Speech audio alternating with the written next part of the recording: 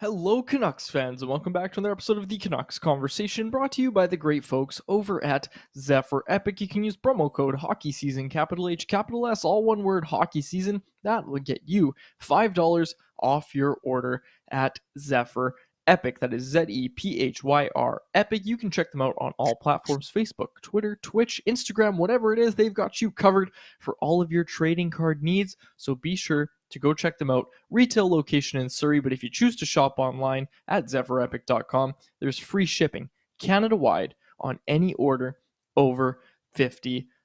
My name is David Quadrilli. I'm joined as always by the man who built the place, Chris Faber. Our technical producer, as always, is Alex Allard, and I want to give a special shout out to intern. We got an intern now, Emil from BCIT, intern Emil, as he'll be known on the show, joining us. He's watching the show. He's going to be clipping. He's going to be doing a whole bunch of different stuff for us, mainly doing social media, but very happy to have Emil joining the Canucks Conversation and Canucks Army team. And my co-host, as I mentioned, Chris Faber, the man who built the place, dressing pretty nice for the YouTube live show watchers. Yeah, looking good. I got to ask about this. We got an intern, you said. What's the deal with this Sorry, intern? I have to cut you off. Yeah. I have to cut you off because this is my first show. I'm waiting for you to lift your mic to your mouth, and you just started talking. I didn't even realize you got like a pilot's headset on. This is what they used to have back at the Funny Station. You and I both did work there. Those were the ones they had there. I like those. But at Sportsnet 650, the other station that we did work at, they have the stand-up mics. You don't have to hold them, but you got the stand-up, and then you got your headphones, which I didn't love. I like being able to just kind of move and the mic's in the same place. I like that. But this look for you, the pilot, it looks pretty good. I think people are going to start to recognize this. I still need something in my left hand. So I've got a pen now full time, and I'm just jotting down blah, blah, blah here and stuff there because I said this on the show on Friday because Friday was the first day we did this. Thanks for watching, Quads. But on Friday when I debuted this headset, I was like, it's so weird because for like 300 episodes, it was with a mic, and I never had it before. But prior to you coming on the show, I did just have a mic set up of like a Yeti, so it was just the mic, so hands-free. Going back to episode 59 on that one. So, I hope the audio is good. I listened back to a little bit of the podcast on Friday. It sounded fine. I've done a bunch of audio stuff through here. The only thing I have to worry about is the breathing. Of course, Donnie and Dolly will teach you that. The breathing, as well as like when I want to drink, I don't think it picks it up if I do it quietly. Like nothing there, right? Nothing there. But if I give it like a, I didn't get anything. You must have heard that a little bit there. Like so, no slurping. Yeah, I didn't like that. That's not good for everybody with their headphones in at work right now, trying to sneak this through to get get this podcast at 2:00, last little bit of the day. And what do you got? You got Faber slurping on his freaking monster to clear out your day here. One thing I wanted to bring up, you said it in the pre-show. What's the deal with this? Because I never seen these before, but they're showing up on the ice, not like when the candy was thrown at Elias Pettersson earlier in the year, but the Kit Kat pops. Walk me through this, Quads. I don't understand what these pops are, but I know you're a fan, and I heard Alex before. Alex, before the show, normally I could Alex drinks his coffee right at 1:00. Okay? Alex, he's a little groggy normally in the pre-show. He's not all excited. He popped up in the pre-show here, hearing about these Kit Kat pops, which are similar to these Walk me through these Kit Kat pops here. So advertising works, folks. And if you want to advertise with us, no, I'm just kidding. But you should advertise with us. But the Stanley Cup playoffs obviously started last night. We're not going to talk about the actual hockey that was played. I'm going to talk about the Kit Kat Pops ad because that got me thinking, okay, what is this product? Because I like Kit Kats. Kit Kats are among my favorite, chocolate bars. Maltesers are probably my favorite, just like snack, my favorite sweet to have around. I always have these things on me. I have so many in my pantry. But the Kit Kat Pops are basically like Maltesers, Whopper. You know what I'm talking about? Like a spherical candy, right? Spherical chocolate with the, like the wafer or whatever you want to call it on the inside. That's what they're doing with these Kit Kat Pops. Is Kit Kat is basically giving their take on Maltesers. And Chris, I kid you not, last week I had this thought to myself. I didn't tell anybody about it, but I had this thought of, I really like Maltesers, but the inside of Maltesers, the inside of Whoppers, nothing like a Kit Kat, right? Like a Kit Kat, the inside of a Kit Kat with the wafer, right? You can't really beat it. So I was thinking, wow, I wish Kit Kat would do this. And then boom, a week later, I see it on game one of the cup final, excuse me, the Stanley Cup playoffs, game one, of course. And I'm really excited to go find them. And I'm going to find them and I will give a review, but I didn't have time today. All right. I know Alex wants to get in on this because Alex is a fan of the is it called malt candy? Is that what we're calling it? That's what it says on the bag, right? It's like a malt candy. Is that what Alex? Yeah, I think that's appropriate. Alex knows the answer. Is this the right answer? What do you think about these Kit Kats, Alex? I know you're excited about them. Well, I have no idea about them. All right then, Alex. Tell me all Electric. the stuff. Yeah. He's pumped. I was just getting quads all pumped up, Okay, fair enough. Okay. I thought I heard some excitement in your voice before the show, Alex, but I guess not. All right. Moving on from there, the Kit Kat. I don't know if I'm gonna try them or not. I don't know. Are they just Kit Kats in ball form? Or are they malt version of Kit Kat? No, it looks like Kit Kats in ball form. Like they showed the inside and you saw some lines in there. Like I'll show you what actually, no, I'm not going to do that. I was going to say, I'll show you what the inside of a Malteser looks like, but I'm not going to do that right now. Let's move on here. Let's get going. Let me get one food thing. And I came across this and I'm excited. Abbotsford. I love going out to Abbotsford. We'll talk Abbotsford playoffs in a second. The other day I got an email from my good folks there at Arby's. They say we got a new sandwich. So I head over to the website. Geez, we need a sponsorship from Arby's. Because I came down to the Arby's website, I scroll down a little bit, and what do I see? This little 3-person set right here. A triple cheese turkey BLT, 4-piece mozzarella sticks. But here's the topper, a raspberry shake. Okay? This is what I'm doing my next trip out to Abbotsford. I'll be going out there tomorrow, the first home playoff game of the season. I'm getting the turkey BLT, mozzarella sticks, raspberry shake. The website picked my whole meal for me. Thank you very much, Arby's. We need an Arby's sponsorship big time. Pull that back up, Alex. Did I just see that Arby's is making gyros now? Like, is that what I just saw? They're making like Donair's gyros here. Is that what I'm seeing? Hey, this has been going on. This is a 2.5+ year thing on those euros over there. Really? Wow. Yeah. Wait, what did you call them? Euros. Gyro. Isn't it gyro? Euro. You're not No, cultured it's like not. Euro. I don't know if that's true. Okay. Let's move on. Someone in the chat will point it out. Let's move on. We're approaching 10 minutes here. It's like the old days. Yeah, well, everyone in the chat knows I'm right. They'll let me know in the chat for sure. All right, let's get to it.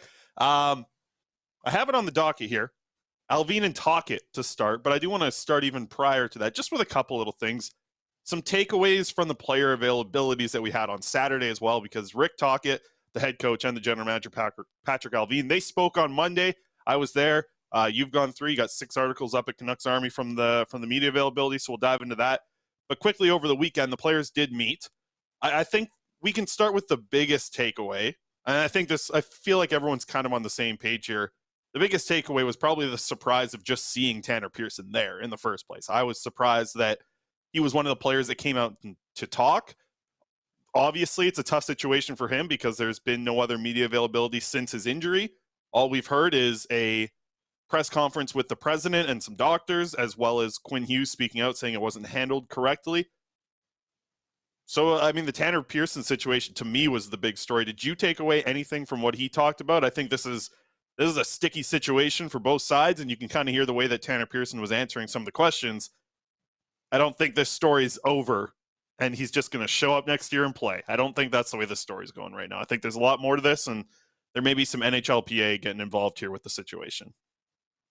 Look, you feel horrible for the player, and I think that's the thing that we have to keep at the front of mind when it comes to talking about the Tanner Pearson situation is anybody on either side or anybody even looking at this situation wants to see is for Tanner Pearson to get healthy, right? Like he even said it. He's asked about, I think, something about his hockey, and this isn't a knock to whoever asked the question. It was just that he said, like, I'm just trying to get my hand back, right? Like he's just trying to be a dad again. He just wants to really have his life back, right? Because right now what he's able to do is very, very limited. And look, to even talk about like a NHL return, he's going to be behind the 8 ball coming into camp, right? Like it's going to be so hard for him, even if he, is actually done with surgeries, as our pal Rick Dollywall has reported, after 6 to 7, keep in mind.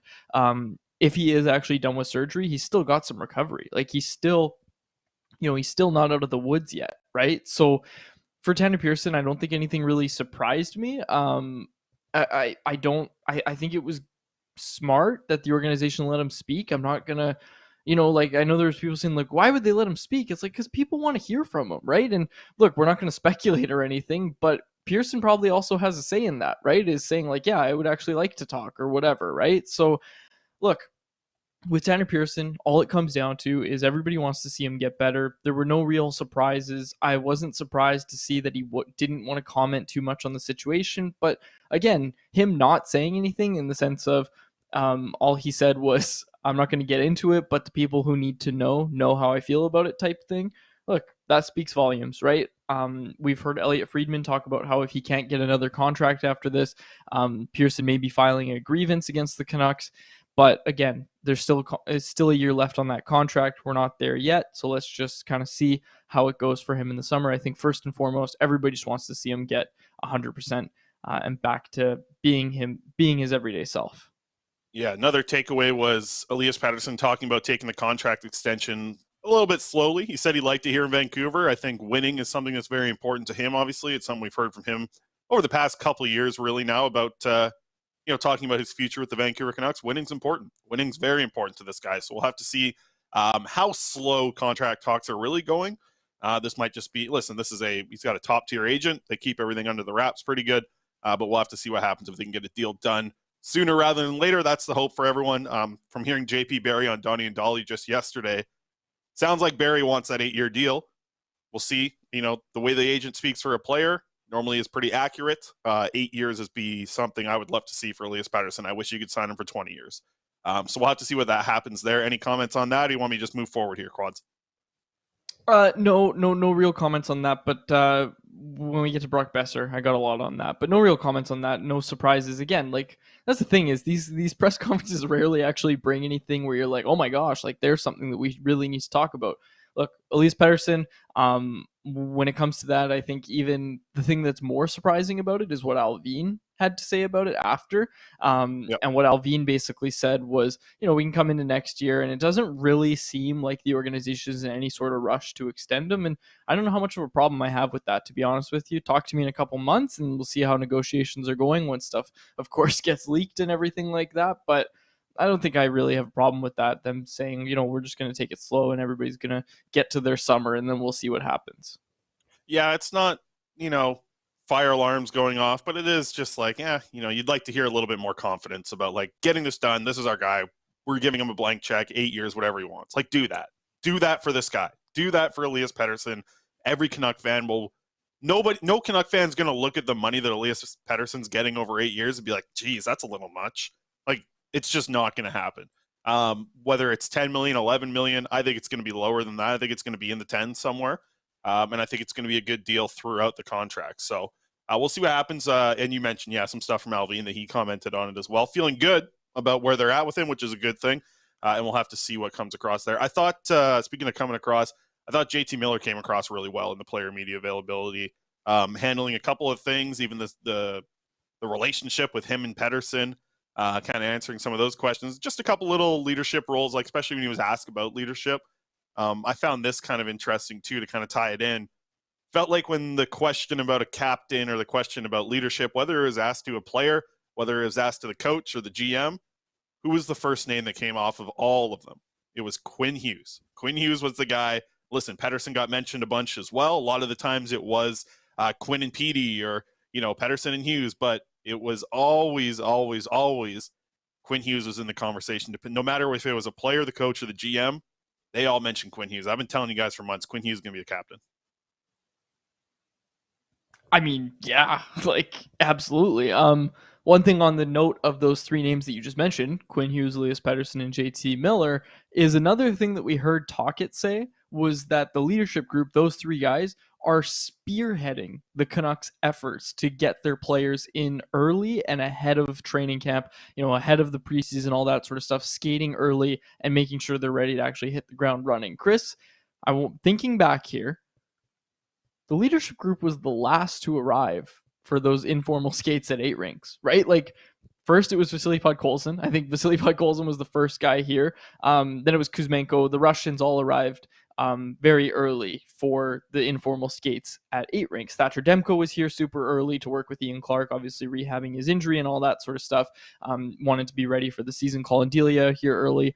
I remember everybody made a big deal that Mikey DiPietro didn't show up early. But, some of the last guys to arrive, like Elias Pettersson, I think was among the first of Pettersson, Hughes, Miller, and Horvat. And again, I know at the time Pettersson and Hughes weren't in the leadership group, but my point being here is that those guys that are, as Tocchet's saying, need to set the standard, those guys weren't here. Like, they didn't show up super early this past offseason. And again, they're not contractually obliged to. I'm not even trying to rip them. And a lot of people are going to turn this into an anti-Horvat thing. But the fact that they are now saying, okay, no, we all need to get here early, and they're going to be the ones that lead by example. How much do we hear Allvin talk about practice habits, all that stuff, setting the standard? This leadership group is now going to start doing that.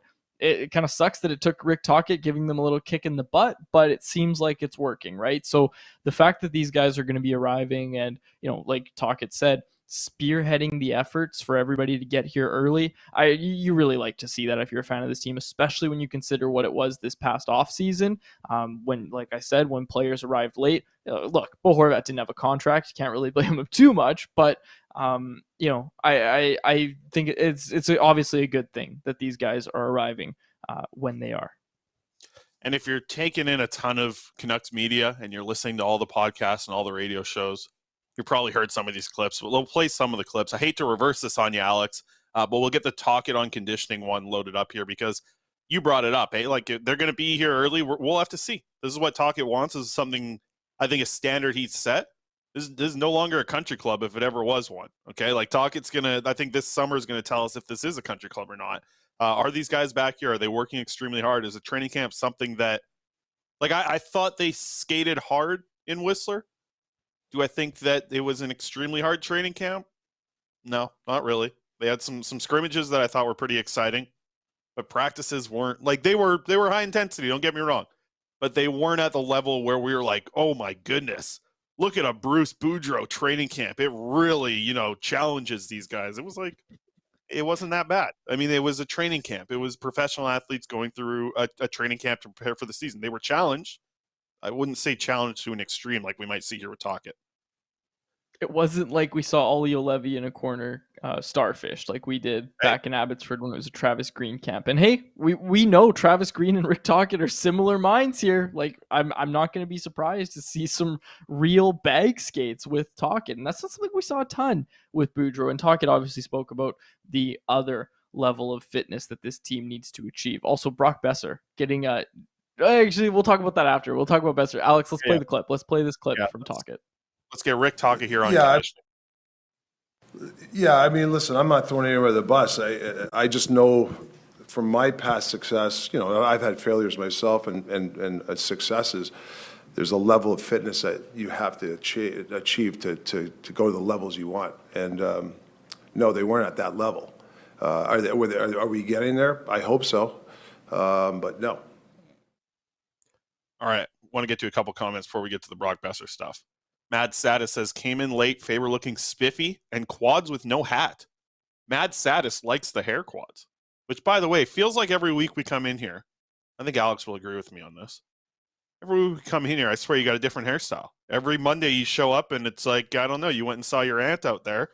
Bada bing, bada boom, it's a different hairstyle. It's I don't know what you're doing with that thing. That hair's growing like a bad weed.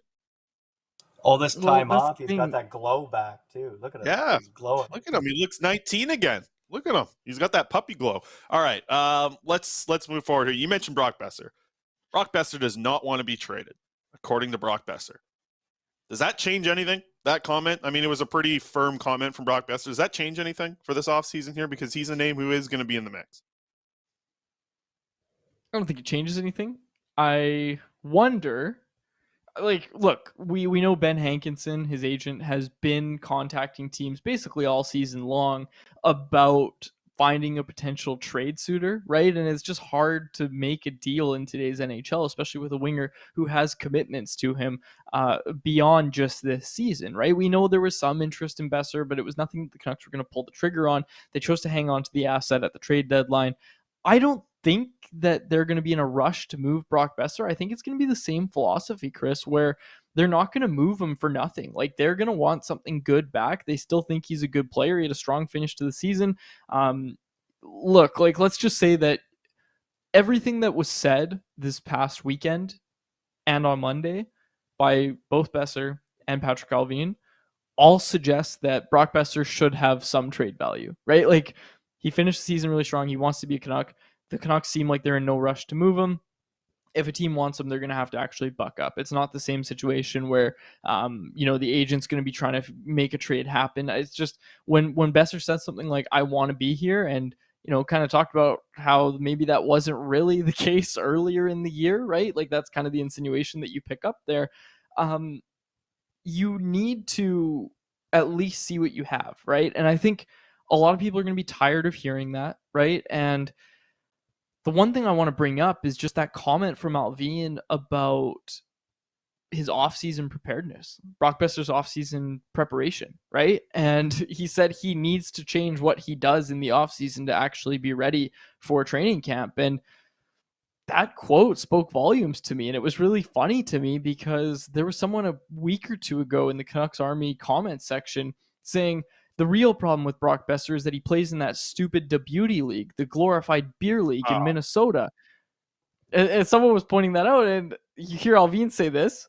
One, Allvin obviously reads Canucks Army, but two, does he check the comment section? Because what do you take that as, Chris? Because to me, that to me sounds like Allvin saying, I want to see him do something different. Look, maybe the Beauty League isn't working out for Brock. Hey, he scores goals there, gets his confidence up. I think it's a good thing. The what I take from that comment is that, listen, Brock had a tough start to the season. Injury to start the year, infection to follow that up. I think what Allvin's kind of saying, the way I took it anyways, and I know a lot of people took it the other way, the way that you're talking about, negative media, the way I'm taking it is that Patrik Allvin wants him to be 100% healthy and 100% well coming into the season. He wasn't that this past year. He wasn't 100% coming into the year. There was a hand injury at the end of training camp. He's really got to spend a lot of time in this offseason making sure that he's 100% coming into it. I don't think he came into camp out of shape. That's how you took that comment? That's how you took the he needs to change his offseason preparedness? That's how you took that comment? Maybe. Yeah, maybe. Look, I don't think the Larshcast still makes episodes, but holy cow, if they ever want to revive it, you've got the take for them. Holy smokes. Why not? Why would it not be in that direction? How important is his offseason this year for it? You're missing the quote. What Allvin said was he needs to change his offseason preparedness. It doesn't mean he needs to not get hurt. That's not what that means. That's simply not what Allvin meant with that comment. He wasn't prepared well. Wasn't prepared enough. Yeah, but if you're injured, that's to no fault of your own. That's the point that I think Allvin was making, was that he can control this and he needs to change his offseason preparedness from when he can control it. That's what I think he's talking about. All right. Hey, agree to disagree. Aside from Brock Boeser, we have a ton of Allvin audio to get to. Let's start with the buyouts, because that was probably the other big thing that we took away from Allvin on Monday. No intention for buyouts, said Patrik Allvin. We've been talking about this for a long time, whether it be Connor Garland, whether it be Oliver Ekman-Larsson. Those are kind of the two names that are out there quite a bit. Does not sound like those are his intentions now, but it was interesting the way that he said these quotes. I think this quote can be broken down. We could do a full show on this quote. Other people in the market have done a full show on this quote. Let's hear from Patrik Allvin, and we'll break it down first for his no intention for buyouts. My intention is not to use buyouts. I get the support from Jim and the ownership here to be, to put a competitive team in place here. But my vision too is like, if you do buyouts now, they might affect you down the road. And I just think that this group is touching the surface of becoming a good team. So I don't want to use buyouts. If we don't have to, I don't want to use buyouts. It's going to affect us in a couple of years when this group is actually hopefully taking off. So, as I said, the intention is not using buyouts at this point. Cody Sievertson, actually, his chat showed up here for the first time ever on me here in the YouTube chat. He's got a good point. Think about everything Brock had to go through last offseason. You think he was, able to be training every day? I doubt it. You have to worry about your mental health and the situation with everything going on there. I think that's what he's getting at. All right, Cody's back to being muted, but that was a good point there. This offseason is big for Brock, and he's probably going to be able to be a lot more focused on hockey, and no fault against him. He lost his dad last offseason. I'm not expecting that to be the best offseason of getting bigger and stronger and mentally being ready for the season. I just lost a parent last year too. It's really hard. It takes a long time. I think that's kind of what maybe he's getting at a little bit this offseason. He can focus on hockey. He can focus on his job, at least better than it was last year. And no fault to him. I mean, there's no fault to him at all. I completely understand. But now you think he's probably mentally in a much better spot than he was last year. Big offseason for Brock. I think he'll be in a Canucks jersey next year. But from that, from the buyouts, I wasn't really surprised very much in the end. Like, I wasn't really surprised the way Allvin said it, because he didn't come out and say, we are not going to buy out a player. He said, we have no intention of buying out a player, of using buyouts. From that, I take away of like, okay, when do you have to buy a player out? June 31st? It's right before the July 1st kicks in. Or maybe it is July 1st. Anyways, that day. So you're going to have the draft go by. Sorry, you're going to have the playoffs play out. You're going to have the draft lottery happen. You're going to have the draft go by. You're going to have trades flying all over the place during that. Then if things do not work out for the Canucks and they have to, I think buyouts would still be on the table. So yes, those aren't his intention right now. His intention isn't to use buyouts. But his intentions, probably all of them aren't going to come true in this offseason as well. So maybe he has to get to the point of using a buyout. I don't think this completely throws it out the window and says, okay, well, it's not going to happen. It just, if everything works out and their whole plan comes together, then they didn't have to use a buyout. But if every single part of their plan can't successfully be attained, hey, maybe they do. So I don't take this as a full buyouts are not happening. I don't look at it that way. Kyle Singh in the YouTube live chat said buyouts would have been something I'd want to ask Rutherford about, considering he implied it in his letter to season ticket holders. There was another moment yesterday, Chris, where our pal Patrick Johnson asked Patrik Allvin about the practice rink, and Allvin even made a joke. He said, well, I guess Jim should have been here. And yeah, he should have. Like, Jim Rutherford should have been there. And again, we don't know. Maybe there's something going on. We don't know anything about that. But look, it would be nice to have the president make an appearance. And I believe Farhan on the Vancast said that he briefly texted Jim Rutherford about all that. But we're not going to get into all of that. On the topic of buyouts, Chris, I wish we could just have a little more honesty. Like, how fun would it be if, because obviously, like, elephant in the room, everybody knows we're talking about Oliver Ekman-Larsson, right? Like, sure. I wish Allvin could just answer the question, like, look, Thomas, $20 million is a lot of money, okay? And that's just his answer. Like, he just throws it out like that, and that's the beginning and the end of the conversation, because I think what it comes down to, Chris, is that is ultimately what the holdup is. That's a lot of money to pay someone not to play for the team. And I know Allvin talked about, oh, well, long term, that's going to hurt us if, down the road. I think having Oliver Ekman-Larsson on your blue line and on your books for as long as he already is with his current contract, and he's got to play for you. Like, he has a no movement clause. You can't send him down. You can't do anything to get this guy out of here, other than, of course, LTIR and a buyout. Like, they're stuck. They're stuck here. Like, they're stuck with Oliver Ekman-Larsson is how it really feels, to be quite honest with you.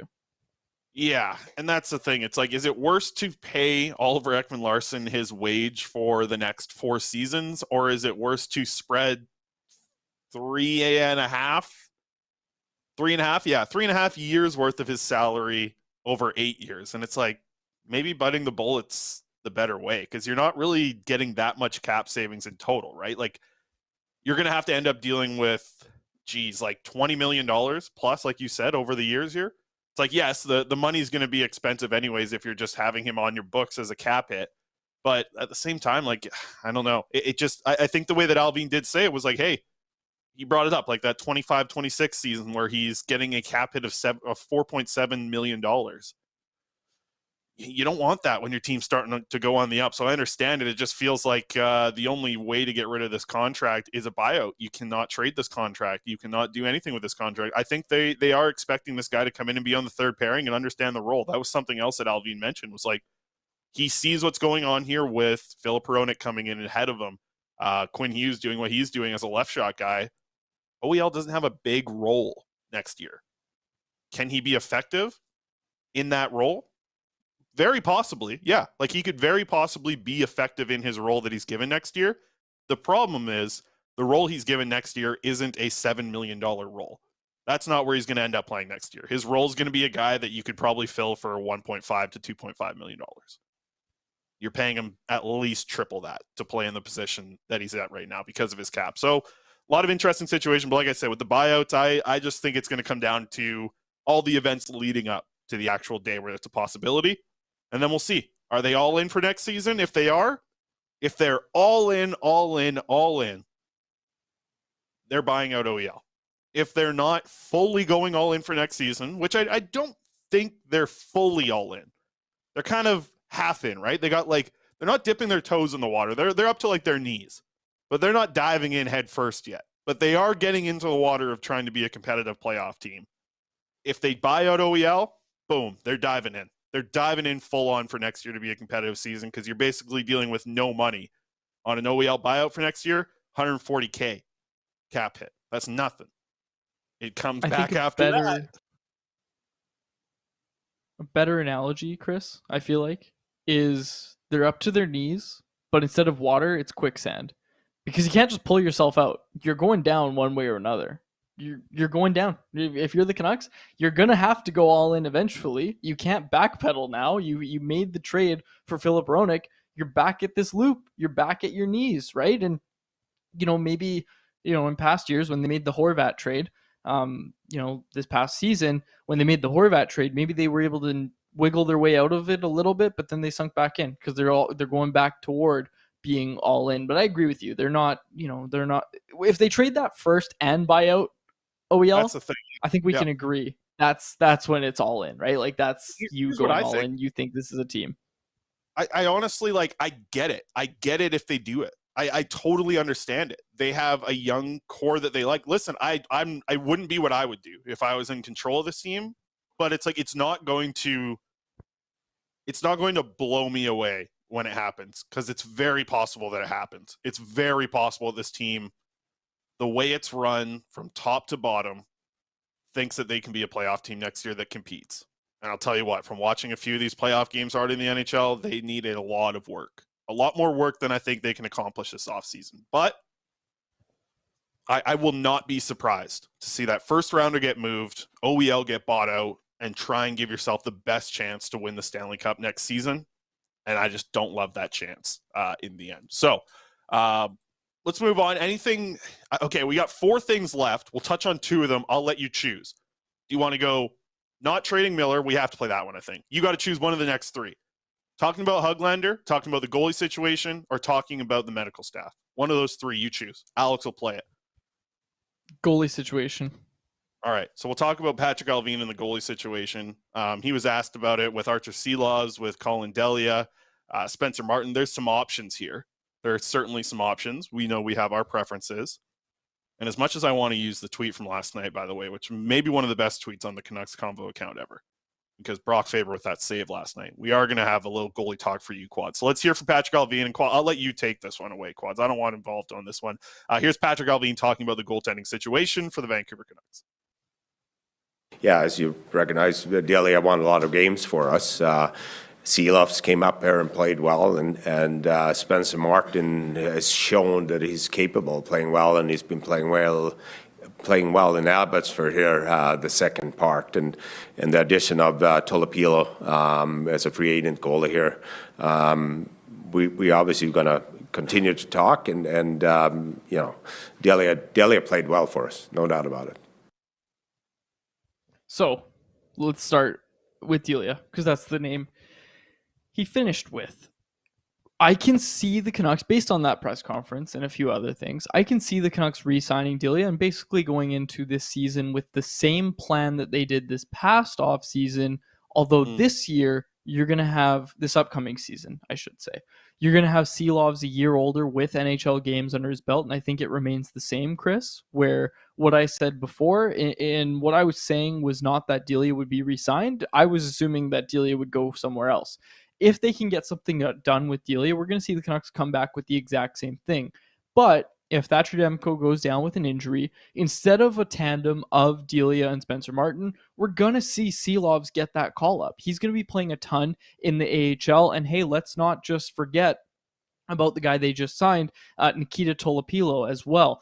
Best goaltender in the Allsvenskan League. And I've been watching the tape. I wanted to write something about it, but my clipping stuff is all off, but I don't have clips of it. But this is a guy who's a prototypical Canucks goaltending prospect. And Chris, you know exactly what I'm talking about, and longtime listeners of the show will also know. He's big. He's got really good raw talent, really good athleticism, leads to a lot of really nice looking saves, but you also notice sometimes that there's some technical problems with his game, and those are going to be ironed out. Like, those are going to be things that he now comes and works on. This guy is not just going to be an AHL backup. I would bet money that this guy plays NHL games. I don't know about next season, but it's still a long-term development project with this player, of course, but he's in good hands. Like, he's got Marco Terenius down there in Abbotsford, obviously Ian Clark in Vancouver. Look, this is a guy, they're basically adding another Archer Seelovs to their team, right? Like, Seelovs 6th round pick, right? That's a lot from you. Another Seelovs. Dude, like, yeah, the thing is, you know, you're the top goalie in the Allsvenskan, right? You're the top goalie in the Allsvenskan League, and you come here, you're going to play in the AHL. Look, like, they're basically adding another really solid goaltending prospect to their organization. I don't think you can hate that at all. And I also think it plays against the idea that they're going to go out and sign somebody, because it kind of feels like now they have they have everything kind of set. And look, this guy just turned 23. Like, he turned 23, I believe, at the beginning of April was his birthday. I don't know. I try to remember every goalie in the system's birthday, and I believe he's sometime in April. He just turned 23. I know he just turned 23. So look, you're adding this goalie to the system. I don't think they're going to sign anybody. I know that was a topic of conversation. I didn't think they were going to before, but now I really, really don't think they're going to sign a goaltender on July 1st if it's not Colin Delia. Yeah, they have options, right? Lots of options. It'll be interesting to see what this Tolopilo guy looks like, right? Maybe we got to look at him at development camp. I think we can expect him at development camp. They like to have goalies a little bit older, especially guys with no North American pro experience. I wouldn't be surprised to see him there. A little bit of extra on-ice time with Ian Clark. I think that's a good thing. But I do have to play this to get out of this topic here. We'll get to the Allvin on the no Miller stuff in a second.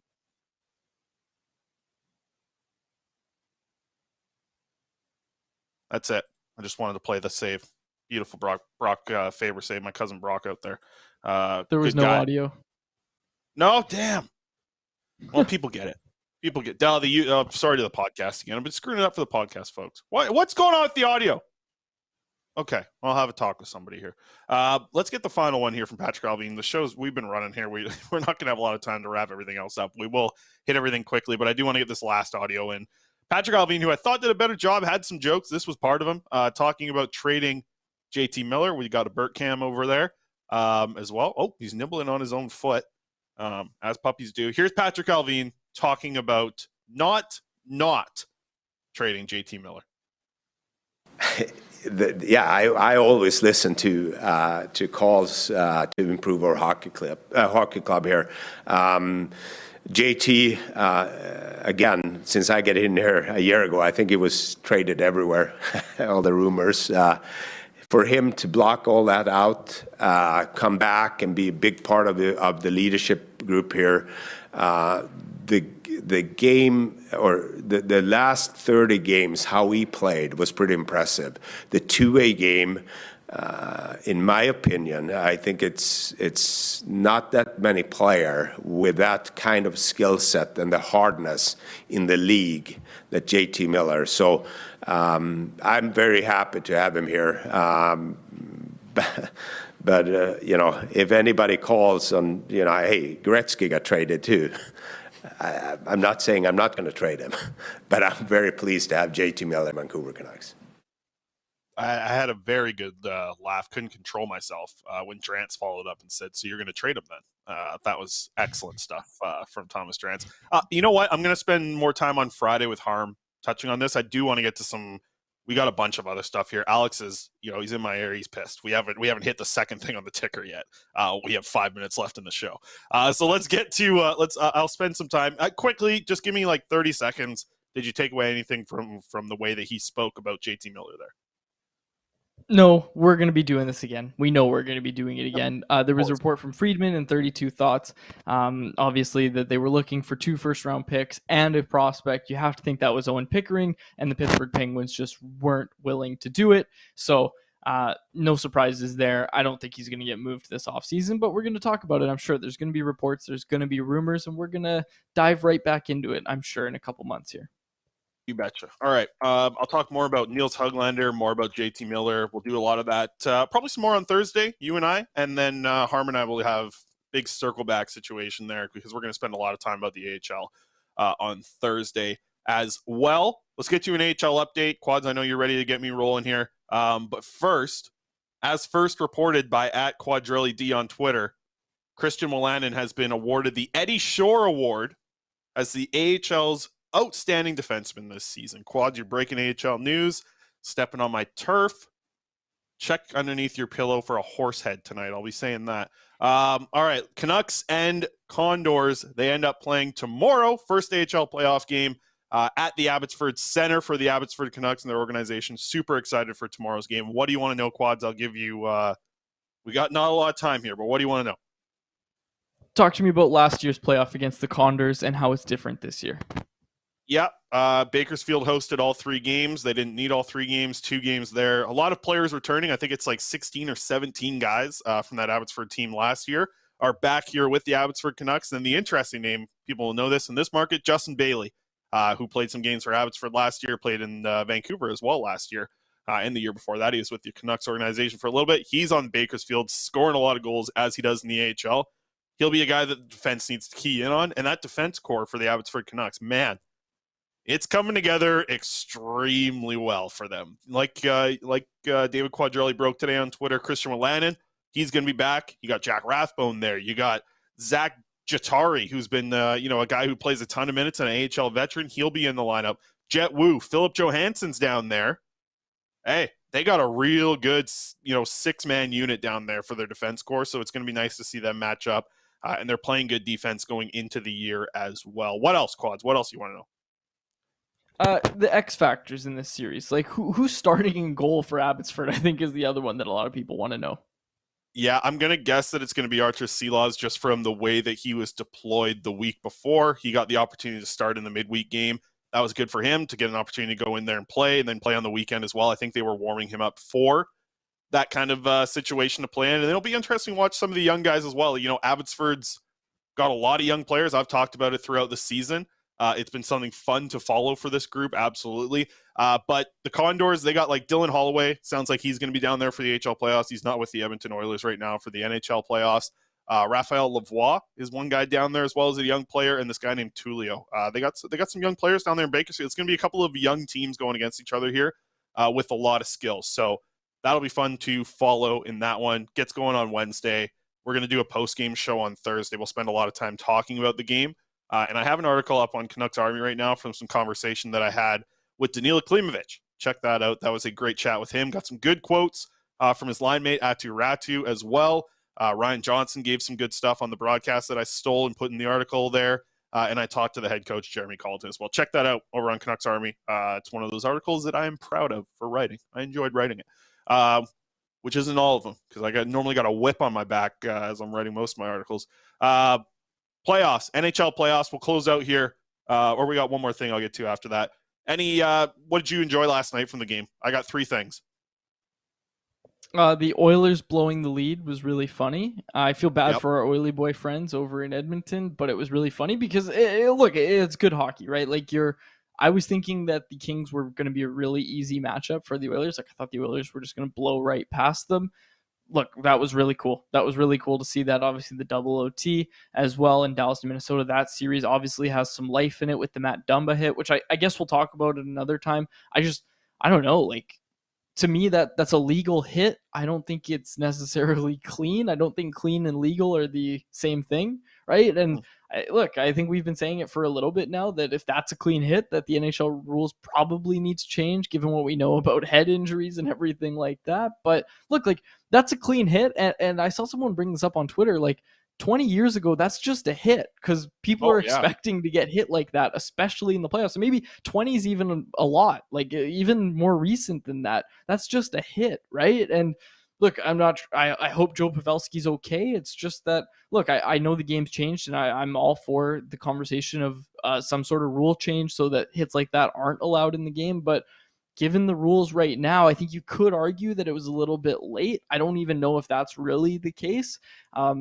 Because look, like, go watch playoffs from years past, right? And it's that hit wasn't really that out of the ordinary. Those are playoff hits. Yep. Yeah, no, I'm with you. I mean, that's playoff hockey, right? That's the way it's going to go. Karan, or as you call him, Karen, Oilers are overrated and Kings are extremely underrated. Could be interesting. Hey, everybody is highly rating the Oilers in the playoff. How many people have you seen on TV or on radio or whatever it is? Oilers are my team. They're coming out of the West.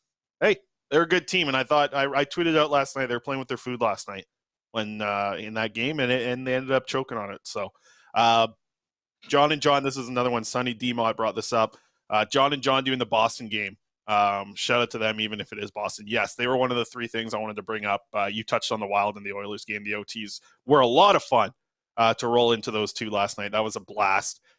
There, but seeing John and John, that's the one I was listening to. I had the two TVs going, just wanted the audio from John and John. It was great to see them, and I'll tell you what, those two, we love them here in this market, but when I was switching between games, you get a real opportunity to do this, and to hear the different level of commentary, they were the best, man. The best flow to a hockey game. That's the thing. It's, when you're promoting this game, and you're just promoting it for folks who aren't at the game, who are watching it on television, those two do such a good job of just keeping, bringing the flow of what it's like to be at a game to a broadcast when you're at home watching it on your couch.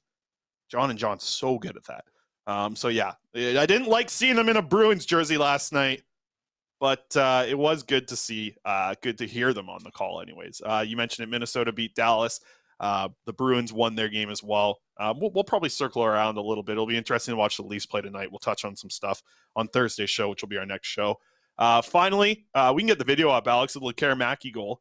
Jonathan Lekkerimäki, game 2 of his Allsvenskan finals. The finals of the playoff are going down right now. He's in the finals. Game 2, they lost game 1, but Jonathan Lekkerimäki scores a goal in game 2 here. Beautiful little power play goal. The wrist shot, I saw some people commenting on here right off the top. People are saying it looks very Naslin-esque. They like this one. This is a nice little goal, real good wrist shot, and he beats him short side with a goal. And look, the goalie takes away a lot of space here. That's a real nice shot into the short side there. Great stuff there from Jonathan Lekkerimäki. I love to see it. And I tell you what, this morning, as we wrap up the show here, we do. I think we've talked about this before. Tuesday morning, we do our big company-wide content meeting. Is that what we call this thing? Content meeting? Yep. And there's our home base, the big rigs, they're all in Edmonton. Oilers Nation is the dog, is like the Delilah Demko of our dogs here. They're the front runner. Those folks from Oilers Nation, they were not well today. There was some very very short answers in what they're planning for the week of content. But I tell you what, when you got the playoffs going on, I guess it's like a different animal. I'm in there with my grandiloquence of questions and ideas and content that we're going to pump out, telling it all as it is. And I got people coming in from Oilers Nation. None of them, they couldn't form a damn sentence. Not in the way that I did. I was ready to go. 7:30 this morning at the meeting. I was rocking it. So that's all I was going to say. Are you as we close here with the Oilers, are you against them winning? Are you I know, as our jobs, we're not supposed to cheer for them, but it's good for the company if the Oilers do well. That's just how it is for us. As it's good for the NHL if the Leafs do well and win. The salary cap goes up. We like more eyes on something like Oilers Nation, but I don't think I'm that far against the Oilers winning like a lot of Canucks fans are. A lot of Canucks fans really don't want the Oilers to win. McDavid's going to win at some point in his career. I don't have a problem with it being this year. Yes. Obviously you brought up the company aspect. It's also good for the company, might I remind you, Chris, if the Leafs win. But to that extent, and I'm running the Leaf site right now. Like I'm pulling all the strings back there. I'm kind of managing that site right now. And even with all that, I'm still not sure if I want to see the Leafs win. Don't show this to anybody over at our Leaf site, but I'm not even sure. I'm not even sure if I can bring myself after years and years of saying, oh man, it's just funny for the memes if they get bounced in the first round every single year, right? It is funny. But yeah, I don't know. I have no problem if the Oilers win.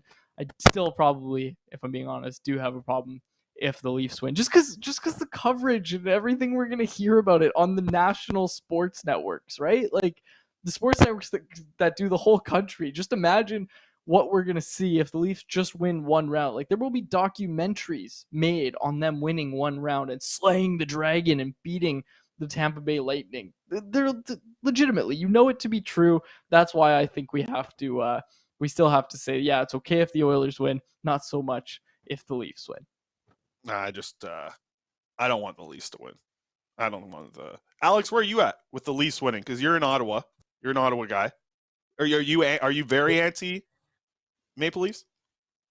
Yeah, they don't need to win. They don't need to win. Their fans will show up anyway. They can't get a ticket in their own rink, and they will show up anyway and support that team and look at the articles and all of that stuff, whether they win or not. And look at, you said the league needs the Leafs to do well to do well. But look at the last, what was the last time they won, right? Way back. Yeah. And look at where that league was then, and look at where the league is. And the league has done just fine without them winning. Yeah, I'm with you there too. On this path and let the train keep going. And like we talked about that last week, we like to see that. I like to see that sweeping crane shot of all those Leaf fans in Leaf Square and that devastation on their face when their team has collapsed again. It's one of the best traditions. I think it's very funny because here in the West Coast, it's like we don't want the Leafs to win. Over there in Ontario, Alex really doesn't want the Leafs to win. I like it. Alex is passionate about. Hey, I would like to see them.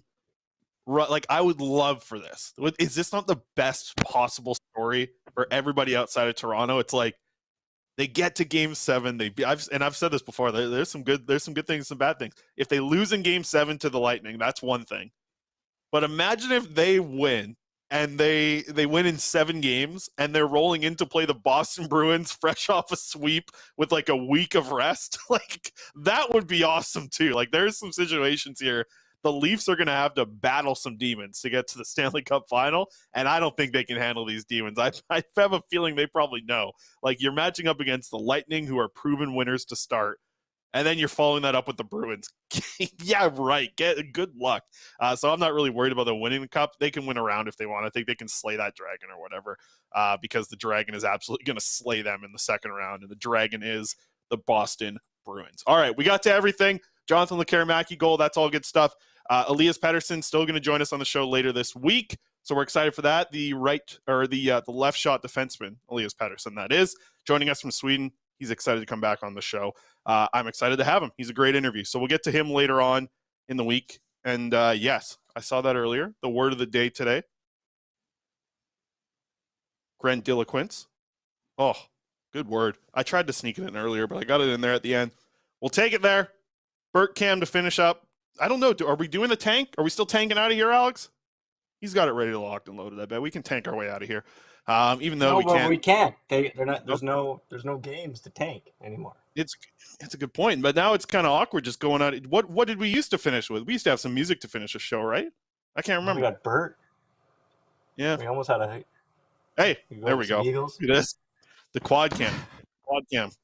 All right, quads, get us out of here. Okay, we'll close it out there. I was going to bring him in, but he is sleeping, and you don't wake a sleeping puppy, so I'm not going to go get him. But maybe on Thursday. Never mind. Your mic is garbage. Okay, for Alex Allard, our producer, my co-host David Quadrelli. Thank you very much for tuning in and watching these beautiful Eagles on the YouTube channel. We're here live. We'll be back on Thursday at 1 o'clock. We'll be back on Friday, Harm and myself, 1 o'clock. So those are our episodes for the rest of the week. Nothing tomorrow. We'll catch you guys on Thursday. Thank you very much. For my co-host David Quadrelli and our producer Alex Allard, my name's Chris Faber, and this has been another episode of the Canucks Conversation. Thanks for listening to Canucks Conversation. Hit the subscribe button to never miss an episode. How about keep it to a thank you, Jim?